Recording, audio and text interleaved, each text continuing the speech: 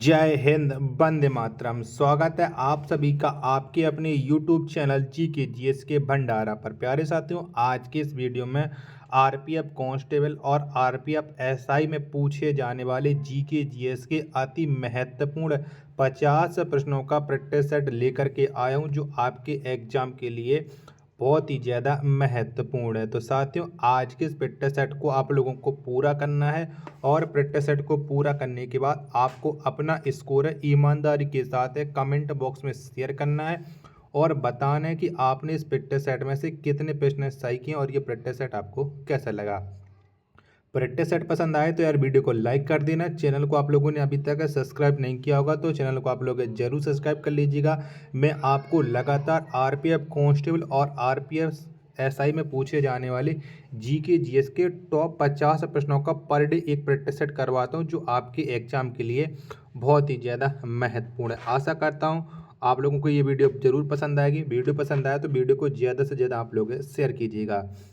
तो पहला प्रश्न है आपके सामने कि भगवत गीता का अंग्रेजी अनुवाद करने वाला पहला यूरोपियन कौन था। तो बताओ किसने सबसे पहले भगवत गीता का अंग्रेजी में अनुवाद किया था। तो वो था चार्ल्स विल्किंस, यानी एक का राइट आंसर ऑप्शन संख्या ए इस प्रश्न का राइट आंसर हो जाएगा।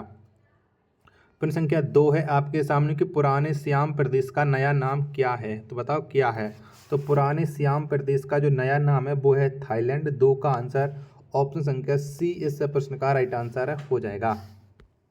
अगला प्रश्न संख्या 3 है आपके सामने कि राष्ट्रपति ने अब तक कितनी बार राष्ट्रीय आपातकाल की घोषणा की है। तो बताओ कितनी बार की है। तो अब तक राष्ट्रीय आपातकाल की जो घोषणा की गई है राष्ट्रपति के द्वारा वो 3 बार की गई है। ऑप्शन संख्या सी इस प्रश्न का राइट आंसर हो जाएगा। प्रश्न संख्या 4 है आपके सामने कि सूक्ष्मदर्शी का आविष्कार किसने किया था। तो बताओ किसके द्वारा सूक्ष्मदर्शी का आविष्कार हुआ है। तो ये जेम्स जॉनसन ने किया है सूक्ष्मदर्शी का आविष्कार। ऑप्शन संख्या बी इस प्रश्न का राइट आंसर हो जाएगा। प्रश्न संख्या 5 है आपके सामने कि नागारहोल नेशनल पार्क किस राज्य में है। तो बताओ कौन से राज्य में है नागारहोल। तो ये पड़ता है कर्नाटक राज्य में। 5 का राइट आंसर ऑप्शन संख्या बी इस प्रश्न का राइट आंसर हो जाएगा।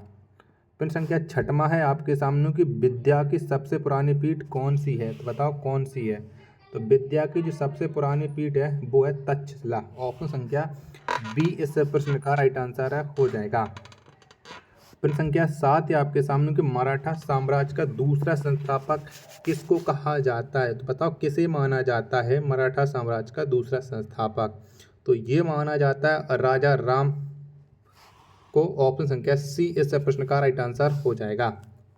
प्रश्न संख्या 8 है आपके सामने,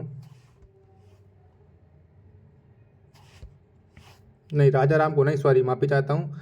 जो मराठा साम्राज्य का दूसरा संस्थापक है वो बालाजी विश्वनाथ को माना जाता है। बी ऑप्शन इसका राइट आंसर होगा। माफी चाहता हूँ कि गलत बताया हुआ है। प्रश्न संख्या 8 का है आपके सामने कि ब्रिटिश ने पंजाब को किस वर्ष अपने राज्य में मिलाया था। तो ब्रिटिश ने पंजाब को 1831 में अपने राज्य में मिला लिया था। ऑप्शन संख्या बी इस प्रश्न का राइट आंसर हो जाएगा। प्रश्न संख्या 9 है आपके सामने कि शिवाजी के राज्य की राजधानी कहाँ थी। तो बताओ कहाँ पर थी। तो शिवाजी इनके जो राज्य की राजधानी थी वो थी रायगढ़। ऑप्शन संख्या बी इस प्रश्न का राइट आंसर हो जाएगा। प्रश्न संख्या 10 है आपके सामने कि विजयनगर राज्य की स्थापना किस वंश ने की थी। तो बताओ कौन से वंश के द्वारा विजयनगर राज्य की स्थापना हुई थी। तो ये संगम वंश ने की थी। ऑप्शन संख्या सी इस प्रश्न का राइट आंसर हो जाएगा। प्रश्न संख्या 11 है आपके सामने किसका प्रयोग प्रशीतक के रूप में किया जाता है। बताओ किसका किया जाता है। तो फ्रीऑन का प्रयोग किया जाता है प्रशीतक के रूप में। ऑप्शन संख्या बी इस प्रश्न का राइट आंसर हो जाएगा। प्रश्न संख्या 12 है आपके सामने कि प्रथम प्राचीन ओलंपिक खेल कब आयोजित किए गए थे। तो बताओ कब किए गए थे। तो 1776 ईस्वी पूर्व में प्रथम प्राचीन ओलंपिक खेलों का आयोजन हुआ था। ऑप्शन संख्या सी इस प्रश्न का राइट आंसर हो जाएगा। प्रश्न संख्या 13 है आपके सामने कि भारत का सबसे पहला तारामंडल कहाँ में स्थित है। तो आपको बताना है कि ये कहाँ पर स्थित है। चारों ऑप्शन है वो आपकी स्क्रीन पर शो हो रहे हैं। तो भारत का जो प्रथम तारामंडल है वो कोलकाता में स्थित है। ऑप्शन संख्या ए इस प्रश्न का राइट आंसर हो जाएगा। वीडियो पसंद आ रही तो प्लीज़ वीडियो को लाइक कीजिएगा, कमेंट कीजिएगा और चैनल को आप लोग जरूर सब्सक्राइब कीजिएगा। प्रश्न संख्या 14 है आपके सामने की अंजलि इला मेनन किस क्षेत्र में ख्याति प्राप्त की है? तो बताओ कौन से क्षेत्र में ख्याति प्राप्त की है अंजलि इला मेनन ने? तो उन्होंने की है चित्रकला में। ऑप्शन संख्या ए इस प्रश्न का राइट आंसर है हो जाएगा। प्रश्न संख्या 15 है आपके सामने की भाषाई आधार पर बनाया गया पहला राज्य कौन है? तो कौन सा है? तो ये है आंध्र प्रदेश। कौन सा? आंध्र प्रदेश है। 15 का राइट आंसर ऑप्शन संख्या बी इस प्रश्न का राइट आंसर है हो जाएगा। प्रश्न संख्या 16 है आपके सामने कि लोकसभा अध्यक्ष के वेतन और भत्ते कौन निर्धारित करता है? तो बताओ किसके द्वारा ये निर्धारित किए जाते हैं? तो संसद करता है लोकसभा अध्यक्ष के वेतन और भत्तों को निर्धारित, यानी 16 का जो राइट आंसर होगा वो ऑप्शन संख्या बी इस प्रश्न का राइट आंसर हो जाएगा। प्रश्न संख्या 17 है आपके सामने कि विश्व की सबसे बड़ी खाड़ी कौन सी है? तो बताओ कौन सी है? तो मैक्सिको की खाड़ी ये है विश्व की सबसे बड़ी खाड़ी। 17 का आंसर ऑप्शन संख्या सी इस प्रश्न का राइट आंसर है हो जाएगा।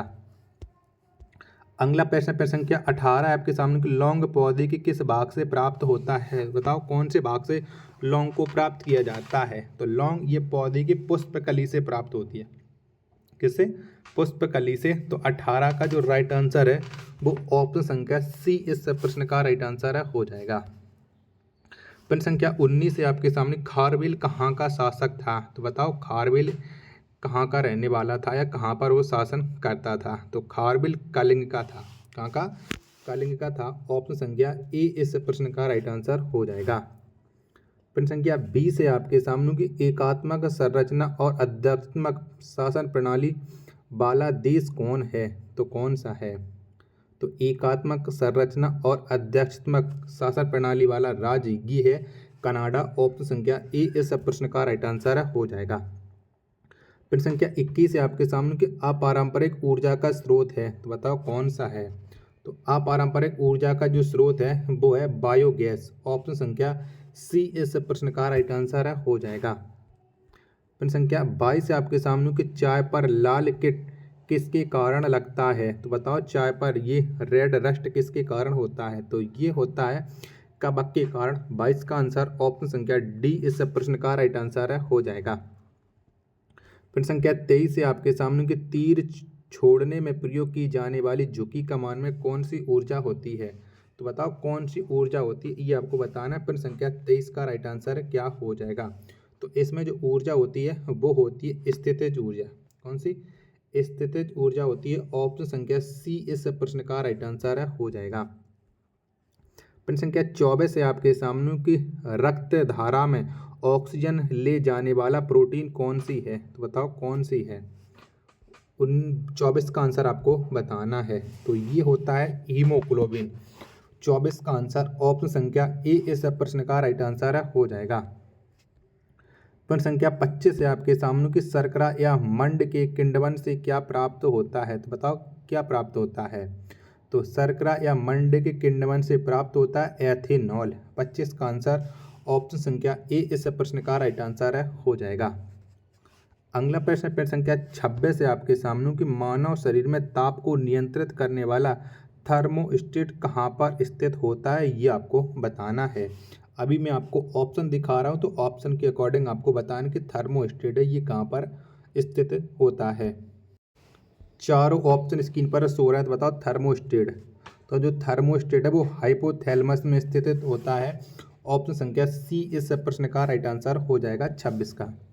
27वां प्रश्न है आपके सामने कि लाल रक्त कणिकाओं की आयु कितनी होती है? तो बताओ कितनी होती है आरबीसी की, यानी रेड ब्लड सेल्स की। तो इनकी जो आयु होती है वो होती है 120 दिन। ऑप्शन संख्या डी इस प्रश्न का राइट आंसर हो जाएगा।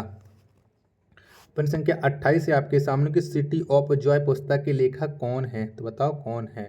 तो सिटी ऑफ जॉय इस पुस्तक के जो लेखक हैं वो है डोमिनिक लाफियरे, यानी 28 का आंसर ऑप्शन संख्या ए इस प्रश्न का राइट आंसर हो जाएगा। प्रश्न संख्या 29 है आपके सामने कि नींबू में खटास किस अम्ल के कारण होता है? तो बताओ कौन से अम्ल के कारण होता है? तो नींबू में खटास ये साइट्रिक अम्ल के कारण होता है। ऑप्शन संख्या बी इस प्रश्न का राइट आंसर हो जाएगा। प्रश्न संख्या 30 है आपके सामने कि एक त्रिविमीय छवि के पुनरुत्पादन के लिए फोटोग्राफिक रिकॉर्ड को क्या कहा जाता है? तो बताओ क्या कहते हैं? तो इसे हम कहते हैं होलोग्राम। तो इसका आंसर ऑप्शन संख्या ए इस प्रश्न का राइट आंसर है, हो जाएगा। 31वां प्रश्न है आपके सामने कि प्रथम राष्ट्रमंडल खेल किस वर्ष हुए थे। तो बताओ कब हुए थे प्रथम राष्ट्रमंडल खेल। तो ये हुए थे 1930 में। 31 का आंसर ऑप्शन संख्या डी इस प्रश्न का राइट आंसर हो जाएगा। 32वां प्रश्न है आपके सामने कि रोबर्ट्स कप किस खेल से संबंधित है। तो बताओ कौन से खेल से संबंध है रोबर्ट्स कप का। तो इसका है फुटबॉल से। 32 का आंसर ऑप्शन संख्या सी इस प्रश्न का राइट आंसर है, हो जाएगा।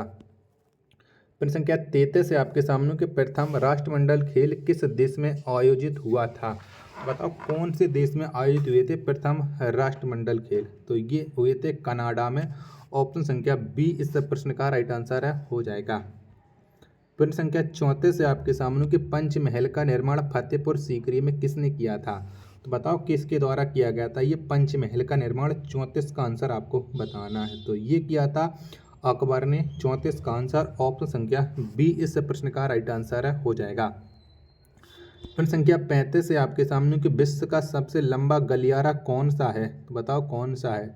तो विश्व का जो सबसे लंबा गलियारा है वो है आपका रामेश्वरम। 35 का आंसर ऑप्शन संख्या ए इस प्रश्न का राइट आंसर हो जाएगा।